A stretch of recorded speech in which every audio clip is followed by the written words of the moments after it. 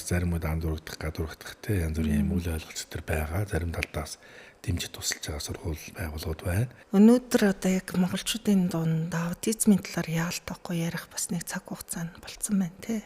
Сайн байцгаана уу үзэгчдээ, сайн байцгаана уу сонсогчдоо. Ганцхан хөтлөн өрөдөг өөрчлөлт подкаст өнөөдөр эхлэхэд болон боллоо. За өнөөдөр миний зочноор Самбуугийн лавгд олон мэх гайхалтай хөдөлмөрч дайчи мундаг бүсгүйрсэн байгаа. Урилгын минь хүлээж авч хүрэлцэн ирсэнд баярлалаа. Баярлалаа. Та бүхний хүссэн нэвтрүүлэгт өрсөн таатай өдрийн мэнд. За өдрийн мэнд. За лавга маань өөрийнхөө талаар бас үзэгч сонсогч манд авт танилцуулах уу, хаан төрж өсөв, айлын хитг охин. За сургуулийн хаанд өсөв гэдэг. За би бол Говьлтай аймгийн Таашир сумын хүн. Тэгээд 10 жилийн сургуулаа Говьлтаадаа төгсөөд тэгээд дараа нь Монгол Улсын боловсролын сургуулийн Төв гурван зохиолын ангийг төгснөөс хойш одоо боловсролын салбарт 30 гаруй жил ажиллаж байна. Тэгээд энэ салбарт ажиллахад бол нэгдүгürt багшаач хийж үзлээ, сургуулийн одоо удирдах ажилтнанд хийж үзлээ, мэргэжлийн хяналтад боловсролын хяналтын байцаагч хийж үзлээ. Одоо болохоор хувийн секторт өөрийн гисэн одоо үзэл бодолтой, зорилготой нэг юм сургуулаа авчаад ажиллаж байгаа юм хэлтэй байна. За баяр хүргэе. За урилга бас хүлээж авч хүрэлцэн ирж одоо мэдээлэл хуваалцаад танд дахин баярлалаа. За би өөрөө чинь ямар шалтгаанаар нэвтрүүлэгтээ өрөөг бол за би аутизмын талбараас мэдээлэл өгч бас нэг 2-3 нэвтрүүлэг хийсэн зочдтойгоо. За тэгээд тэрний манд дагуу бас нэлээд комментүүд ирээд энэ талаар бас дахиж дэлгэрэнгүй мэдээлэл өгөөч. Та ярилцаач, зочин хүрээч гэсэн үзэгч сонсогчдын маань саналын дагуу. За бид бол одоо тим төрлөө хүмүүсийг ямар байдлаар оншилдог вэ, ямар байдлаар илэрдэг вэ гэх талаар эмчээс бас ярилцсан. Тэр төрлийн хүмүүсийн аав ээжтэй ярилцсан. За сургуулийн өмнөх боловсролтой энэ талын хүмүүс яаж одоо хамрагдах вэ? Бэрхшээл юу байна, давуу тал юу байна гэж ярилцжсэн. За өөрөө чинь би яаж судал болж мэдсэн бэхээр одоо сургуулийн одоо бага насны болон дунд ангийн хүмүүстэй ингээд ажиллаж байгаа гэсэн мэдээлэл авсан. Тэгэхээр нөгөө бид нар сургуулийн өмнөх талаараа ярьсан учраас одоо энэ төрлийн хүмүүс маань нөгөө боловсролын тэгш амралтанд хамрагдаж чадахгүй бас зарим үед андуурагдах, гадуурхдах те янз бүрийн юм үйл ойлголт төр байгаа. Зарим талдаас дэмжиж тусалж байгаа сургууль байгууллагууд байна. Тэгэд энэ талаар одоо үйл ажиллагаа явуулж байгаа учраас бас мэдээлэл хуваалцуу гэж өрсөн байгаа. Өнөөдөр одоо яг монголчуудын дунд аутизмын талаар яалтахгүй ярих бас нэг цаг хугацаа болцсон байна те. Хэдэн мянган хүүхэд жил төрж байгаа юм. Хэдэн мянгаас нь аутизм илэрж байгаа юм.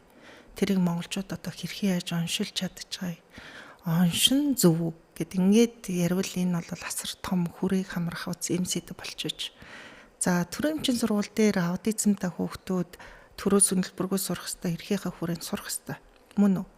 Тэгвэл аутизмыг өнөөдөр монголчууд ингээд нөгөө нэг дээр үесээ хүмүүс нэг айдаг гэсэн чинь тэднийх нэг маанах хүүхдтэй мэлээ.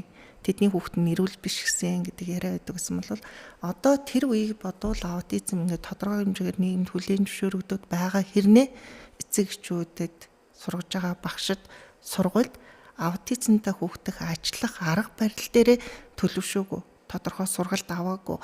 Энэ төрлийн мэргэжлийн хүмүүстэй харьцаж байгаа харьцаа бага учраас алдаа болол бас их гарч идэг гэж хардаг. Нөгөө талаас одоо аутизмтай хүүхдүүдийг ингээд нөгөө онцлоод ямар нэгэн хэлбэрээр ирж гин. Ахаад тэрийг одоо эцэгчүүд нийгэмшүүлэх гэж хүсэж сургууль руу оруулж байгаа шүү дээ. Хүү ер нь яагаад аутизмтай хүүхдээ мэдсээр ижиж сургуульд өгдөг. Та юу гэж бодож байна нэрийг? Гэхдээ ер нь бол миний ойлгож байгаагаар бол аль болохоор одоо үе тэнгэрээс хоцрогдуулахгүй, яалгарлахгүйгээр ингэж хамт хөгжүүлэх гэдэг байгаа л одоо санаа шүү дээ. За мэдээ түрүүнд дурдсан ч тэр үед одоо эдний хүүхд арай нэг юм өршүү гэдгийг бол нэлийн гадуурхдаг байсан. Тэр үед бол тоглоулахгүй, найзлуулахгүй гэдэг. Одоо бол хоёр талтай юм болоо та. За нэг талтай бол хүлэн зөвшөөрөхгүй байгаа байж нар байна. Одоо миний хүүхдтэй нэг анги сурвал одоо нөлөөлөх болов хошин татаад сургуулийн чанар те одоо ингэж оролцох байдал нь. Нөгөө талаас нь бас адилхан хүний хүүхд шүү дээ.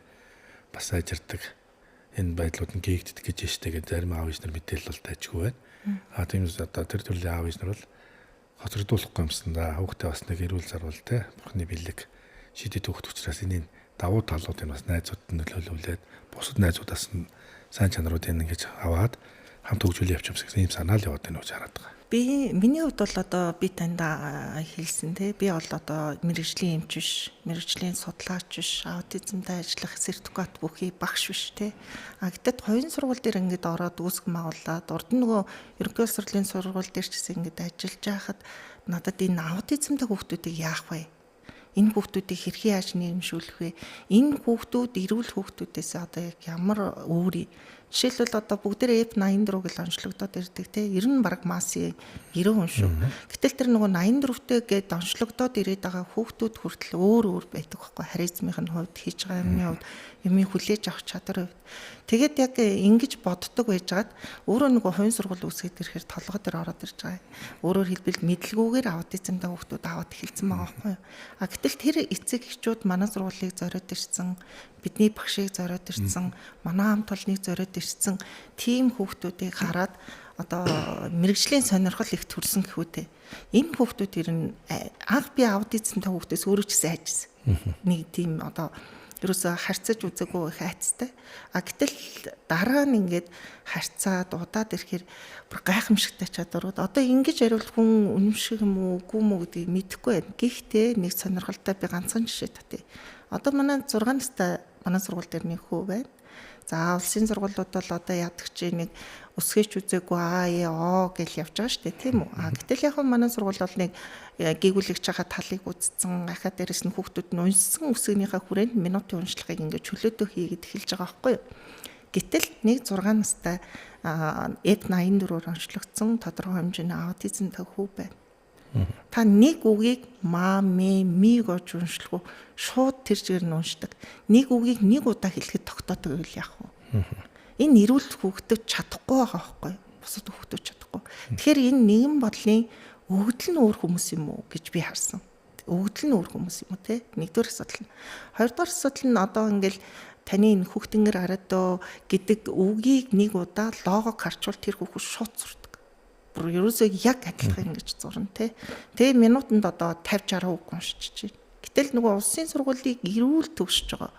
Зүгээр хувийн сургуулийг ч нэр эрүүл төгсөж байгаа хүүхдүүд хавар бүх үсгээ үзэж дуусчаад 70 80 үг уншина гэдэг бол бас тийм баргийн хүүхдийн хийгээд байгаа ажил биш байгаа. Гэтэл энэ хүүхд ингэж уншиж штэ те.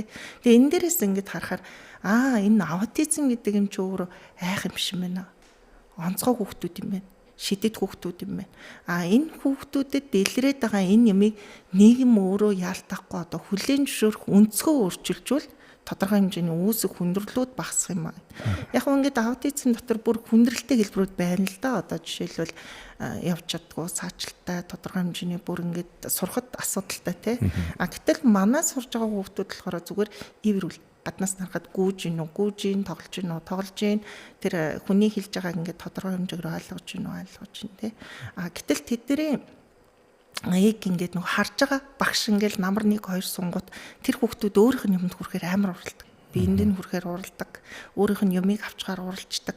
Өөрийнх нь орон зай талтахаар уралждаг. Өөртөө нь муу харцуул уралждаг. Энийг аягүй их мэдэрдэг хүүхдүүд байхгүй. Тэгэхээр нөгөө анги удирсан багш нар 2 3 хоног ажиллаж байснаар энэ ч гэсэн амар юм байна, аутизмтай байна, тийм хүүхэд байна, ийм хүүхэд байна. Гэтэл нөгөө ингээд яг тэр хүүхэд өөрөө бодит амьдрал дээр одоо энгийн хүүхдүүдээс зарим хүлээж авах чадвар нь бүр хүлээн зөвшөөрөхөөс өөр харахгүй ийм одоо сайн чадварууд бас байгаад байгаа байхгүй. Тэгэхээр бид нар нийгэм зүгээр надад одоо багш сургууль хүмүүжүүлэгч хүний зүгээс тэртээ аутизм Монголд бол тодорхой хэмжээгээр байна. Магадгүй 100 мянган хүүхэд тутмын хэдэн хүн ч одоо аутизм байна те. Тэгэхээр тэрийг нэгдүгээр бид нар сургуулийн зүгээс хүлээн зөвшөөрөх хэрэгтэй. Тэр дундаа сургуулийн удирдлагууд тэр багш нарт ийм хүүхдүүдтэй та нар ажиллаж болно, ийм судлаачдын дүгнэлт байна, энэ хүүхдүүдийн онцлог ийм юм байна гэдгийг эрүүлэр зөвөр маш сайн ойлгуулж өгөх нь туйлын чухал юм шиг байна. Нэгдүгээр сургуулийн удирдлага тэрийг ойлгодог бол багш болохгүй. Яагаад гэхээр удирдлагуудын одоо багш нартаа өгж байгаа заавар чиглэл нөлөөдөл тэр сургуулийн үндсэн одоо бас нэг суурь байж байгаа байхгүй. Тэгэхээр нэгдүгээр би удирдлагын арга хэмжээнд аутизмтай хүүхдүүдийг монголчуудын сургуулийн захирал хийж байгаа, удирдах шатны сургалтын менежер хийж байгаа энэ хүмүүс нэгдүгээр ойлгон хүлээн зөвшөөрөөч. Дараагийн шатных нь хүмүүс анги удирсан багш нар нь байгаа чи. Тэрний дараагийн шатны хүмүүс нь одоо тэр мэрэгжлийн багш нар байгаа чи. Тэгээд найз нөхөд. Гэтэл аутизмтай хүүхдийг багшаас илүү найзууд нь хүмүүжүүлдэг. Одоо дагуулад гүйж 0 орно, 6 хамтдаа зурж өгнө. Тэгээд дээрэс нь нөгөө зааж хийж байгаа юм зааж өгнө гэх тээ. Тэгэхээр нэгдүгээр нийгмийн энэ хамгийн гол ойлголт бол аутизм бол тийм амар айцтай өвчин биш гэдгээс нэгдүгээр бид нар салах хэрэгтэй цаг үе нэрчиж. Хоёрдугаар тэгвэл аутизмтай аав ээжүүд гэсэн үр хүүхдээ сургуульд өгөхдөө бас нөгөө нэг тодорхой хэмжээний сургуультайгаа ойлголцох сэтгэл зүйн бэлтгэлтэй байх хэрэгтэй гэж боддог. Манай одоо ингээл сургууль сурж байгаа ганц 2 хүүхдүүдийн асуудалтай байна тий аутизмтай хүүхдүүдийн аав ээжтэй нь уулзахад харьцангуй хүлцэнгүү маш их айцтай хүүхэд дээрээ ямар нэгэн юмнаас болоод энэ сургуулиас явуулчихгүй гэдэг юм асар их юм айц гэдэг тий. Тэгэхээр энэ хандлагыг ээж авийн зүгээс бас өөрчлөлтөө зүгээр юм болов уу гэж бодож байгаа. Нөгөө талаас миний хүүхэд хааштай аутизмтай энэ хүүхэд асуудалтай энэ тийм болохоор энэ сургууль мургуул дээр ад болоод энэ хүмүүст ингүүлж байх гэдэг үүднээсээ хитрхи их бас аутизмын хажуугаар эрхлүүлдэг. Бүр тэр нь одоо ингээд хүүхдийн хийж чадах ёстой юмыг хийхгүй байгаа эцэгчүүд бас байна тий. Тэгэхээр энэ дээр бол яалтаахгүй сургууль аав ээж тэгэд хүүхэд найз нөхөд тэр ангийн нийт эцэгчүүд энийг ойлгож иж энэ одоо хүүхэд онцгой болох юм болов уу гэж боддог. Гэтэл аутизмтай хүүхдүүдийн зурсан зураг байна. Гайхалтай. Бүр тэндээс ингээд нүд одоо тэр чинь 6 настай, 8 настай, 9 настай хүүхд юм л би яриад нь шүү дээ. Бүр насын төрцөө хүүхэд биш. Тэр зургийг харахад тэр дотроос модыг ингэж төсөөлж болдго юм уу? Нэрэ мод ийм өнгөтэй байж болох уу? Намар ийм өнгө нэрэ модноос харагдах юм байна шүү дээ гэдэг юм хүнд ингэж ухааруулж өгсөж байгаа байхгүй. Тэгэхээр бид нар нөгөө нэг Монголд одоо бид нар 3.5 сая те Монгол улсын иргэн болгон бидний ирээдүйн боловсон хүчин болгоно. Иргэн болгон баян байвал Монгол улс баян байна гэл ингээд бид нарт нэг үндсэн логик шүү дээ. Тэгвэл тэр хүүхдүүдийг багш сургууль хүмүүжүүлэгчдэр, эцэгэгчдэр, нийгэмчдэр цоочтой хаалгах нь цаана үлдээчлэхгүй. Одоо тэр хүүхдүүд ингээд манад BSD, Build Something Different, Code Monkey гэдэг юм компьютер мэдээлэл зүүн Монголд бол ер нь орж ирэх байгаа да. Тэгээд тийм 2 том хөтөлбөр хэрэгжиж байгаа байхгүй юу? Одоо мэдээлэл зүүн том хөтөлбөрүүд. Тэрийг хамгийн бест хийж байгаа хүүхдүүд тэр шүү дээ. Компьютер дээр асар хурдтай ажилладаг, өвдөл нь бүр цаанаасаа өвдсөн юм шиг байдаг тий. Дээрэс нь нэмээд одоо энгийн хүүхдийн ингээд нэг сэтгэж бодож гараар хийж чадахгүй юм ингээд бас гаргаад ирээд хийж идэг. Тэгэхээр би одоо өөрөө бас заримдаа эргэлзээд байгаа байхгүй. Энэ хүүхэд аутизмтай гэдэг имлэгийг оншилсан мэт. Уншиж чичгэн онцгой байгаад идэг зарим нь. Тэгээд дайватлахын аутизмын нэг онштой 3 хүүхэд орж ирэнгүүтээ ингээд гаргаж байгаа үйлдэлүүд нь бүр өөр. Нэг нь одоо монгол хэл дээр амар сайн ингээл одоо сая би 6 настай хүүхдийн жишээ хэлгээд ингээд уншаад ичиж байна тийм үү. Тэгвэл 4 дугаар ангийн хүүхэд нь уншихгүй бичгүйгээр нэ тоог та бараг 8 дугаар ангийн хүүхдийн төвшөнд бодож байгаа жишээ. Тэгээ заримдаа яг зүгээр багш хүнийхээ хувьд тэгээд нөгөө ажиглалт хийгээл ингээ хараа сууж хагаад энэ манай Монголын одоо аутизмын онш одоо яг байдаг байгаа да тий энэ яг бодит нөхцөл байдал дээр бид нарт энэ тохиолдоод байгаа юм маань одоо зөв байдаг байгаа да. Тэгвэл энэ онш нь ингээд яг тэр онштой гэл тэгэхэр ч одоо юу гэдэг чи сахартай хүний онш бол нэг адилхан шүү дээ тий сахар хэсэггүй бол яадгийн инсулин тэгэл тэрийг ууж идэхгүй байх хүнс гэл ингээл хэлээ. Тэгээ аутизмтай хүүхдийн оншийг ингэж уншаад аутизмтай хүүхдийн мэдээллийг ингээл хайгаал босруулад үзэхээр нийтлэг шинжүүд нь таарахгүй байна. Зарим хүүхдүүдээр тий. Яг түрүүний таны ярианда дурсагсан давуу талууд маш их бий. Аавны хувьд бол мэдэрч яадаг. Нөгөө талдаа яг зөрчил юун дээр үсээд хүлээн зөвшөөрч чадахгүй байна. Тэгэхээр зарим үед одоо хүүхдээс шалтгаална. Босч дураараа гинт одоо явах үйлдэл хийх юм уу? Гинт ингээд одоо чанга дугаар инех ч юм уу? Ийм юм үйлдэл бол байдаг л да.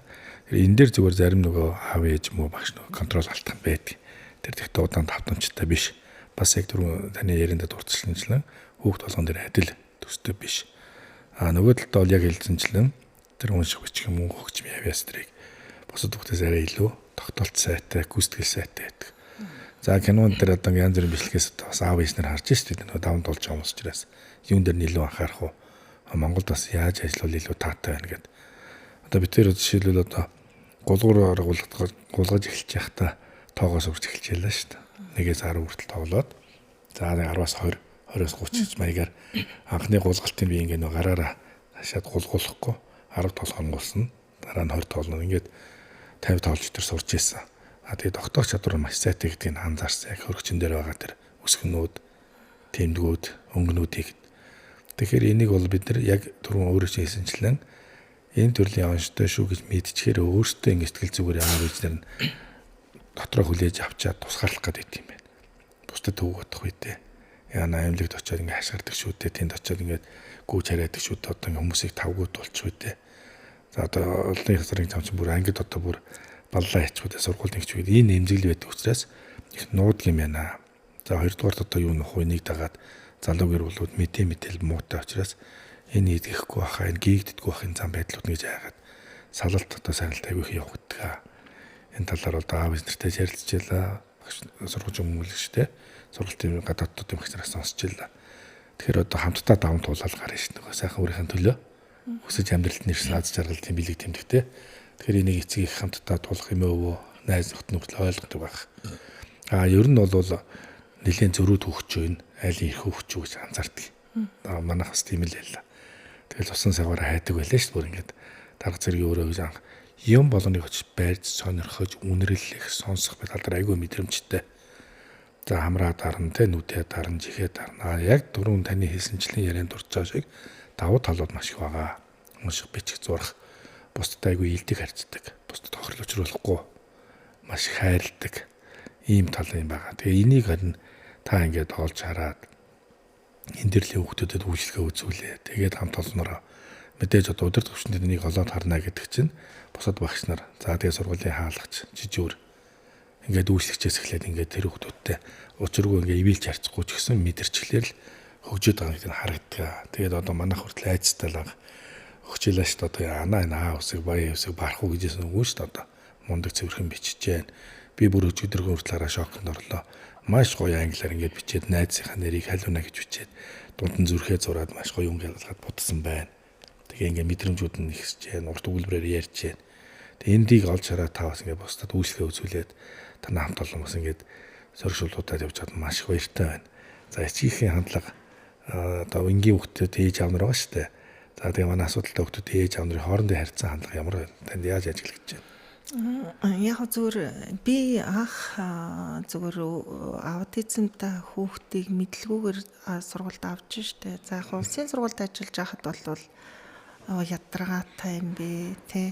Энэ ангийн одоо сурлагаас нь хойш тачаад за энэ багшд одоо яаж нэтэр 10% нэмэгдлийн өгөөдөөч гэдэг юм их муухай одоо нэг тавчхандаа хэлэх юм бол их хүнээс сэтгэлээр хандж ирсэн юм бэл. Одоо эргээ ботхоор. Дараа нь нөгөө хувийн сектор дээр гарч ирээд ээж аав нь өөрсдөө уулзаад тэр хүүхдийг ингээ автсан хойно би ботсон байхгүй. За би өөрөө ээж хүн надад ийм тохиолдоогүй нэгэн бодлын бурхны аврал те бас боён юу ч гэдэг юутай ч холбосон ямар ч гэсэн за надад тохиолдоогүй сайн.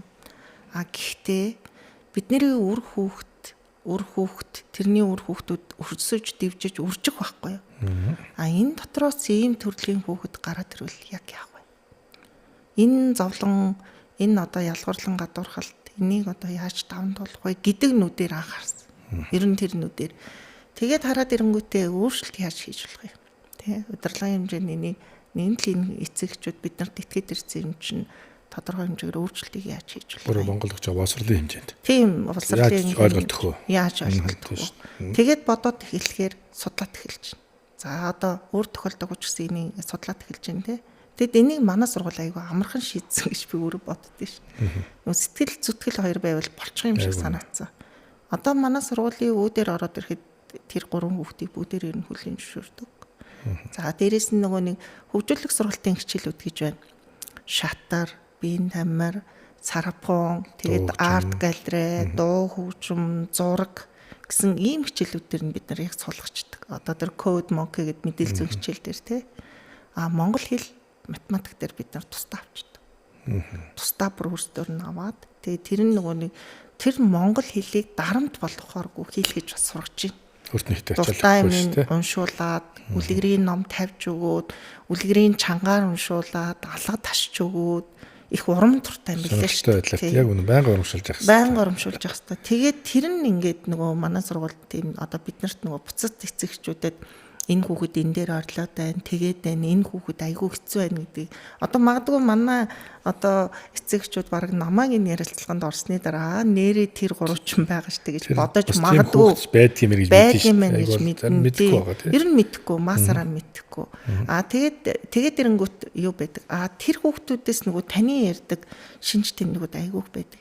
Маш их гоё найрсаг, маш их уушлахгүй байдаг, маш их хайрладаг, хайрлсан хүний өдөрт хэдэн ч удаа ингэж тэрвэрч үнсдэг, эрүүл хүүхдээс гардаггүй тэр сэтгэлийн эмоц аягүй гардаг. Одоо жишээлбэл ингээл укулеле дээр пианико тоглоод манай сургуулийн хүүхдүүд байж байгаа байхгүй. Тэгээ тэрийг дуурайгаад ингээд үрсгэхэд чин сэтгэлээсээ зүрхийг, хайрыг ингэж үзүүлж байгаа хүүхэд тэр хүүхэд байгаа. Тэгэхээр нөгөө нэг бид нар ч гэсэн бас нэг хайр төвж шүү дээ тий энэ цаг.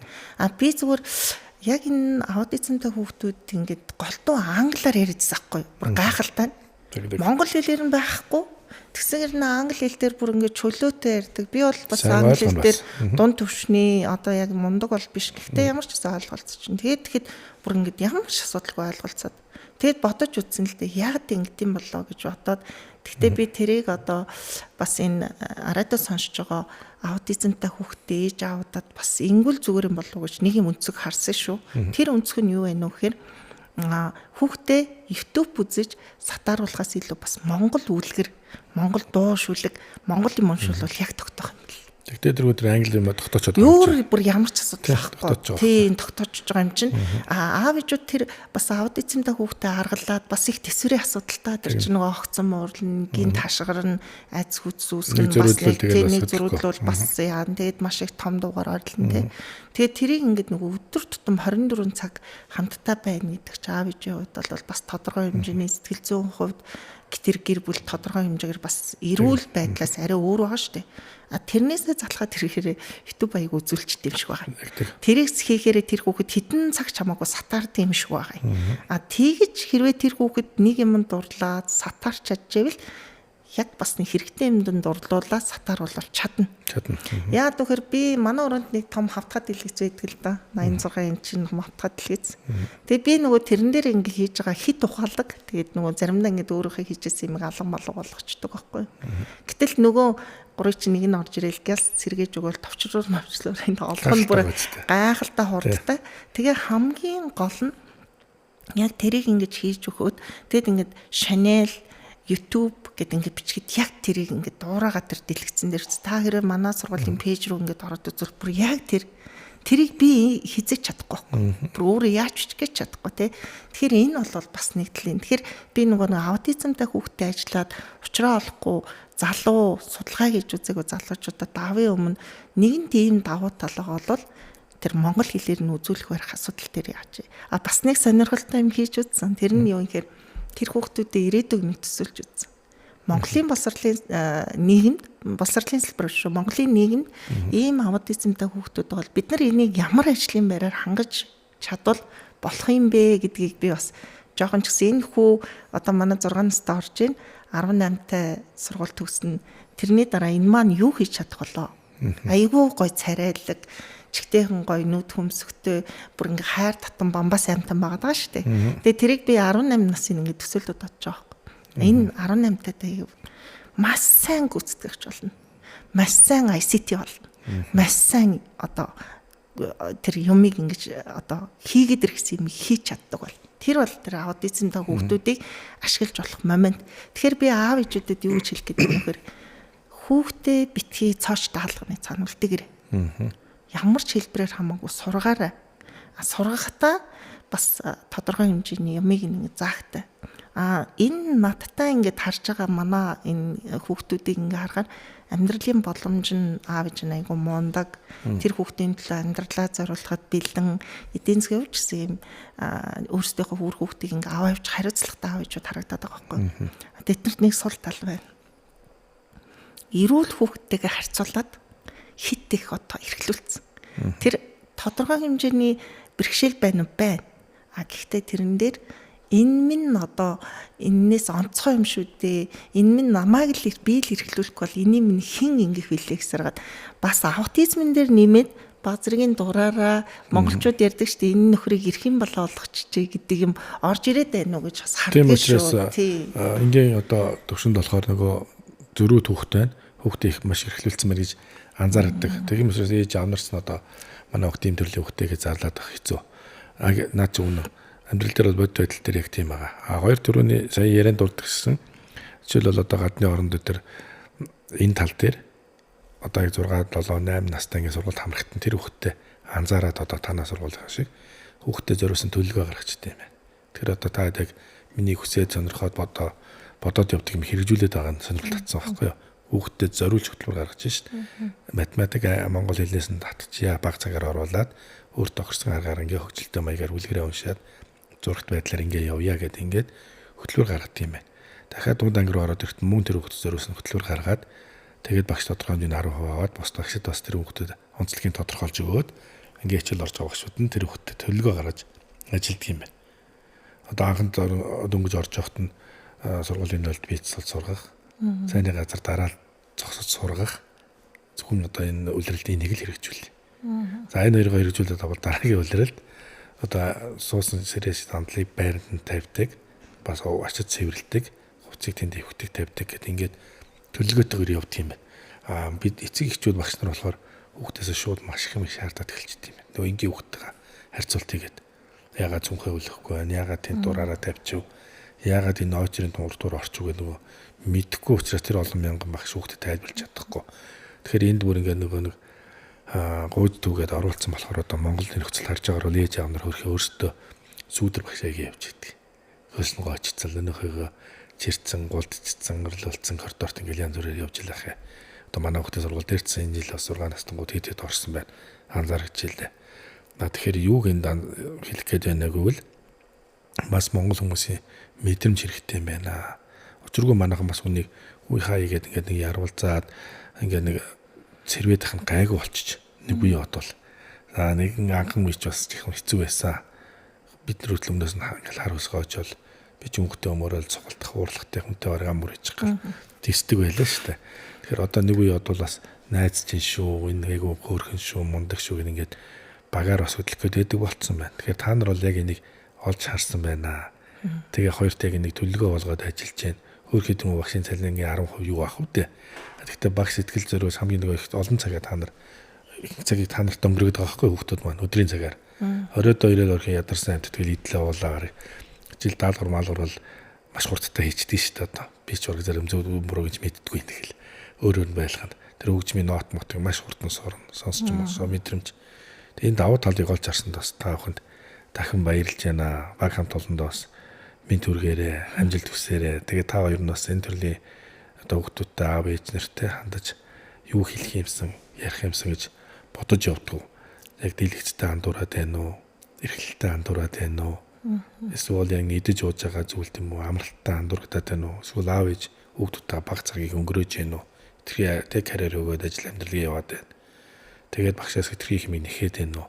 Бас нэг энэ аав ээж нар хандаад бас сургууль хөгжил хамт шийдэх юмсан гэж бодож явдаг зүйл юу байна танд? Яг хоо надад бол ингэж бодогдож байгаа. За нэгдүгээрт сургуулийн харах өнцөг, сургуульд ажиллаж байгаа хүмүүсийн харах өнцөг, сургуулийн багш нарын харах өнцөг аутизмтай хүүхэд дээр нэгэн зүг рүү байгаас. Нэгэн зүг рүү тий. Энэ хүүхдийг хүлээмжшүүлж одоо давуу болон сул талын мэдлэгийг бүгд байх хэрэгтэй. Манайх ч одоо аутизмтай хүүхдээ анх нөгөө нэг ажиллах арга барилаа олохгүй манай үүдний үйл ажиллагаа хариуцсан менежерээс авахгүйла сүулдэ захирал өрөө явъя гэд миний өрөөнд хүртэл байгаа л одоо бид чинь ингээл бас л нөгөө суралцаал явж штэ. Тэгэхээр нэгдүгээр сургуулийн зүгээс тэр хүүхдийг хардаг өнцг нь нэгэн зүг рүү байгаас. Тэр хүүхдийн дээр эпон шиг энгийн бүх хүмүүс мэддэг байгаасаа. Тэ давуу талын сул талын. За нэгдүгээр би сургууль дээр тэрийг бол тэгж хэрэгжүүлээсэй гэж харж байгаа. Нэг ялангуяа улсын сургуулиудад хүндрэлтэй шүү дээ энэ чинь. Нэг ангид ноогдох тоон 50 гэдэг хүүхэд. Тэр дундаас нэг 2-3 аутизмтай хүүхэд гараад бичигнээ дэрвэл тэр багшийн хичээл, тэр анги, тэр танхимыг бол ярилтгүй болж эхлэх байхгүй. Тэгэхээр нэгдүгээрт ажлаараа хөнгөвчлөхийн тулд нэг ойлголттой байгаас тий. Юм хөгжсөн юм чи бид нар мэдээллийг ханаас авч болно. Тэр мэдээллийг нотлоод авах шаардлага байхгүй. Дагж явах хэрэгтэй байхгүй. За нэгдүгээрт энэ. Хоёрдугаарт гэвэл эцэг гэхийг аутизмтай хүүхэд төрүүлсэн л бол нууж хахаасаа илүү нэгдүгürt одоо онцлуулаач. Хоёрдугаарт өөрийнхөө үр хүүхдийн төлөө судалгаатай байгаач. Гуравдугаарт тэр хүүхдийнхаа тэр одоо байгаа сул талыг яаж давуу тал болгож хөгжүүлэх юм бэ? Судлаач байгаач. Тэртээ тэргүй энэ хүний нөгөө үр хүүхэд чинь хүний үнэтэй капитал байхгүй. Байр, машин бүх юм ингээл цаг хугацааны зоргоор өгөхөд ингээд үлдэхгүй тий. Гэтэл үр хүүхэд таны толгой дээр үлдэнэ. Удамчин нэрүүл саруулаа гэвэл таны одоо удам мөксаа сайхан явах байхгүй. Тийм болохоор тэр ямыг нэг л аутизмтай хүүхдтэй болсон бол энэ аутизмтай хүүхдээс цаашдаа эрүүл хүүхд гарах уу гэдгийг ч одоо судлах хэрэгтэй. Эрүүл байх уу тий. Тэгэхээр эцэг эхчүүд нөгөө та нэг дээхнүүд ингээл хүмүүс ярьдаг гэсэн шнэ. Энэ ста нэг амтны ад болсон амтэн шүү. Энэ ста нэг амтны ад болох үедээ энэ хүний ад болохгүй гэл хичээгээрээ тийчий гэл ингээл нөгөө эцэгчүүд загтдаг байсан. Тэгвэл сургууль дээр хэн адлагддггүй гэхээр хүний үгийг хүлээн зөвшөөрдөг хүмүүс адлагдчихэйдэг. Тэрний тэр цаана амьдрал нь баян байна уу, мөнгөтэй байна уу, эцэг хин ямар албан тушаалтай хэн байх юусан байхгүй. Тэр хичээлд ингээд хүний үгэнд ордгоо таны хэлээд байгаа зөрүүд. Тэгвэл аутизмтай ээж аваад хүүхдийнхээ яг өвчний онцноос гадна эрхийн балай зөрүүдэлж байгаа барьж байгааг анзаарах хэрэгтэй. Тэр зөрүүдийг дарах хэрэгтэй. Аутизмтай хүүхдүүдийн бас нэг гайхамшигтай давуу тал нь юу байдгийг хэд нэг юм нэг хоёр хараад сурчдаг. Энд ч өөрөө давуу тал шүү дээ, тий. Тэгэхээр тэрийг бол нэгдүгээр эцэгхийн зүгээс судлах хэрэгтэй. За 3 дугаарт нийгэм минийг юу гэж харах хэрэгтэй. Тэгэхээр миний бодлоор бол нийгэм минийг одоо сүрийн өвчтэй хүн шиг, за халдвартын шар өвчтэй хүн шиг ингэж харах шаардлагагүй байхгүй. Эн чин зүгээр л тодорхой хэмжээний өөр ертөнцтэй л хүмүүс. Бүр товчхондоо хэлвэл өөр ертөнцтэй хүмүүстэй. Тэгэхээр энэ гурав цогцолж нийлжээж энэ Монголын одоо айл өрхүүдийн амьдрал тодорхой хэмжээний бас нөлөөлөл тусгал болох болов. Тэгэхэд энэний цаана их мөнгө орох үгүй. Энэний цаана их цаг хугацаа орох үгүй. Энэний цаана маш их одоо хүндрэл бэрхшээл орох үгүй. Зүгээр сэтгэл байхад тодорхой хэмжээний зохион байгуулалт байхад 3 дугаарт одоо нийлээд хийчих гэсэн юм бодол байхад бол болцохоор ажлууд байгаа харагдаад байгаа юм тий. Тэр нь бол гээгдээд хүүхдөрөө ингэж төвшин ахаад маш сайжирдаг байхгүй юу. Энийг ерөөсөө аав ээжнэр бусад юуных нь мэдрэхгүй байна л да нөгөө ганц нэг чанга хашгирах, доороо ирэхсэн гараа хатсан нэг юм өргөсөн тохиолдлыг харчаал айгаал за ерөөсөө манай хүүхд гарч болохгүй юм байна. Тэгж дэлгүүр шин авч болохгүй юм байна гэд хүүхдэд байдаг зам байдлыг хольж андуураад тэгээд үндсэндээ ерөөсөө айлаарч авч чадахгүй, үзэр үйлчлэгч дагуулж авч чадахгүй, олон нийтийн газар гадуур сайхан хоолндор зугаалж чадахгүй, хориг тавьж байгаа байхгүй. Бид бас яг ийм байдалд хүрчээсэн тохиол байдгийн. Ихтэй үгүй шүү дээ. Энд халдварладаг өвчин биш ээ. Хангалттай ингээд агаар салхинтаа яваад найз нөхдөд болоод ингээд хүүхдөөрөө өөрийгөө ингээд олох юмаа гэд зоригтой алхам хийжсэн учраас ингээд харилцаанд одоо болохгүй тийш нураа энэ гэр орноо янзын цэвэрлэн зэгцлэн тэр арвсаа ялгах малгах энийг би энийн залхуураад болчих заавал авчин гэдэг зөрүүдлэх цаг маш сайн байрна. Хичээлийн хуваар энэ давуу талууд одоо байна шүү дээ. За би бол одоо ярилцлагын дундаа өмнөөс дурдж ирсэн. Яг ингээд хүүхдийн наснаас нь тохируулаад дээш нь би дөрөв дурдж илээ ш ингээд төлгөө гаргаа явдгаа гэд. Ингээ ахлан руу ороод ирэхэд хүртэл эднэр айцгүй байх хэрэгтэй байхгүй юу? Муу мургаж эмхтэй хөхт хүний даруул хэрэгжилж эхлэх юм байна гэдгийг одоо ингээд үзүүлдэг, харуулдаг, зааварчилж идэм байна. За хөвгөө захлан ургаад эхэлнэ. Ингээ хоолоо бүдүүрээд эхэлнэ гэхээс ахлын машиныг ингэж хэрэглэнэ. Татвархыг ингэж хэрэглэнэ. Тэр ингэж төлөвшүүлж, зааж, гадуур ингээ харилцаанд авч орж маш ингэж энгийн байдлаар хөгжилтэй маягаар үзүр үйлчлэгэнд оруулдаг юм байна. Тэгэхээр ингээд насан туршид ирэхэд хүртэл өөртөө зочихгүй, эмдэглэхгүй юм байхад яг түрүүний өөрсөж хэлсэнчлэн маш үнэтэй хөрөнгө оруулагч нарыг бид нэр өөртөө барах бэлтгэх боломжтой байхгүй юу? Тэр чадваруудыг ашиглаж давуу талууд нь байна, компьютер дээр байна, хөгжим дээр байна. Бусад төрлийн юм дээр бодван цагаа төвлөрч чадж байна. Гаргалгааг нь хурдан гаргаж байна. Би бол юм хүүхдийн хувьд бол анх хүлэмжшэрч чаддгүй байсан. Юу яриад байгаа юм? Хүүхд орой жилд орон тийм юм байлгүй л явах чи битээ. Тонгосоод олон юм яриад. Тэгээ ихнэр мань тэр гүд доктор гэдэг киног үзүүлчихсэн байхгүй юу? Тэгээд би за манай хүүхдэд төстэй юмнууд байна. Тэгээд энэ мэд залууч одоо ийм аутизмтай мөс тийм ээ чи үзэх гээд тэр сериал киног үзээд би хүлэмжшэрч ирсэн. Ялангуяа Монголд бол ер нь ингээд харилцаа зурлалт намартай явж байгаа нар бол үнэхээр хүлэмжшэрдэг. Нанаа одом тийм байхгүй би тийм олон юм ярьгээд. Ингээд би одоо түрүүн ярьцлаганд дурдж байсан шиг маш их гэр бүл сал цариндаг хөрх юм уу ээж нар зөөдөг, эмээ өвөн зөөдөг. Хин ажил амьдрал авчихгүй. Энэ төрлийн хүүхдүүдтэй хүмүүсийн заавал нэг нь хүүхдтэй баг 100% анхаарал тавьж нөгөө тал нь гэр бүл эдийн засаг авч явах юм зайлшгүй шаардлага гардаг. Тэгэхээр энэ дээр бол яг хоёрт биднэрт хамгийн их одоо тус болж бидний аймаг талах хувьд одоо хамгийн их нэмэр оруулалт хүмүүс та нар маань маш их баярлж явдаг. Ялангуяа би энэ удирдах төвчний хүмүүс багш тэгэл харуулж гисэн ингээд ой манай дээр ирж гинөө сайн үгэл ингээл зохиол мэдлэг тэгэл орой явхад баярлаа гэл ингээл баярлаагаа хэлээд яваа тэр харилцаанууд бидний сэтгэлийг маш их зөөлж идэг. Олон аав нар ээж нар бас нуун ухаа бас ингээд цаанаа утсаар шүрмсээр ингээд видео кол чатаар ингээд хоорондоо холбогдоод бид уйлж идэг. Уйлжсэн тэр тухайн үеийн үлэмсэн дандаа эргээд баярын үлэмсэд хуурцсан байна. Тэгэхээр энэ хүүхэд сайжирдаг юм байна, гээгдэж байна. Цан чанарууднаас айгүй мундаг болж байгааг бид нар мэдрээд байна. Энийг та нар маань олж хараад бас маш сайн хөгжилтөн дээр анхаарч аваад баярлж байна. Өмнөх ярилцлагаар октябр гэдэг цэцэрлэгийн насны хүүхдүүдтэйгээ одоо яаж байгаа зочин маань урьж оролцсон. Одоо ингээд өөрөө ч удаа авгаа маань бага насны одоо бага ангийн хүүхдүүдтэй ажиллаж байгаа багш нэг ингээд төлөөлөл болгож өрлөө. Танд бас маш их баярлалаа. Ажлын өндөр амжилт хүсье. Ямар ч ийсэн та нар маань ингээд хоорондоо сайн холбоо солбоотой мэдээлэл сайн солилцож байгаараа. Лав тэр октябрийн явсан байдлаар бол улсад бас төр захирах хэмжээний мэдээллийг хүргээд ямар ч нэг 6.1 гэж байт юм мөнгө төгрөг батлуулаад ингээд авсан 10 дүүд үйл ажиллагаа эхэлсэн байна. Та нар бас энэ мэдээлэлтэй бас ойрхон холбоотой яваад зөв хэмжээний мөнгө төгрөг өөртөө бас татаж авч сургуультай хүүхдүүдтэй шингээж ингэж үр дүнгээ байжуулж яваарай гэж хүсэх байна. Тэгээ бас боломжтой үедээ би бас таад их холбож өгчээ. Уулзаж учруулжээ. Бүгд л нөгөө нэг өөрсөнд нь байхгүй ч гэсэн түмний хүүхдийн төлөө зүтгэж байгаа байхгүй та нар. Нэг ч гэсэн айл илэг бүтэн амьдраасаа нэг ч гэсэн өөр хүүхэд нийгмийн хэрэгцээ том болоод Монгол их орондоо ингээд сайхан амьдраад тэр ламбо тэр Турктэй тэр Япон гэж явахгүйгээр ингээд 5 цаасаацсан хүүхдээ шингээгээд энд ирүүл саруул амьдраасаа та нар бидний төлөө ажиллаад байна шүү дээ. Тэгэхээр би бас та нарт бол уламжаар холболт хийгээд хамтрахаас танилцуулаад их боломжтой. Та нараас улсаас өгч байгаа тэр 5.10 аваад бас тодорхой хэмжээнд юмд зарцуулаасаа гэж хүсэж байгаа. Тэгээ танай ажлын хамт олон маш их амжилтыг хүсье. Урилгын хүлээж авч ирсэнд маш их баярлалаа. За тэгээ дараа бас дахин уулзаж одоо сургуулийн чинь те өөрчлөлтийн талаар хэлээ. Сургуулийн талаар нэрээ товч танилцуулаач.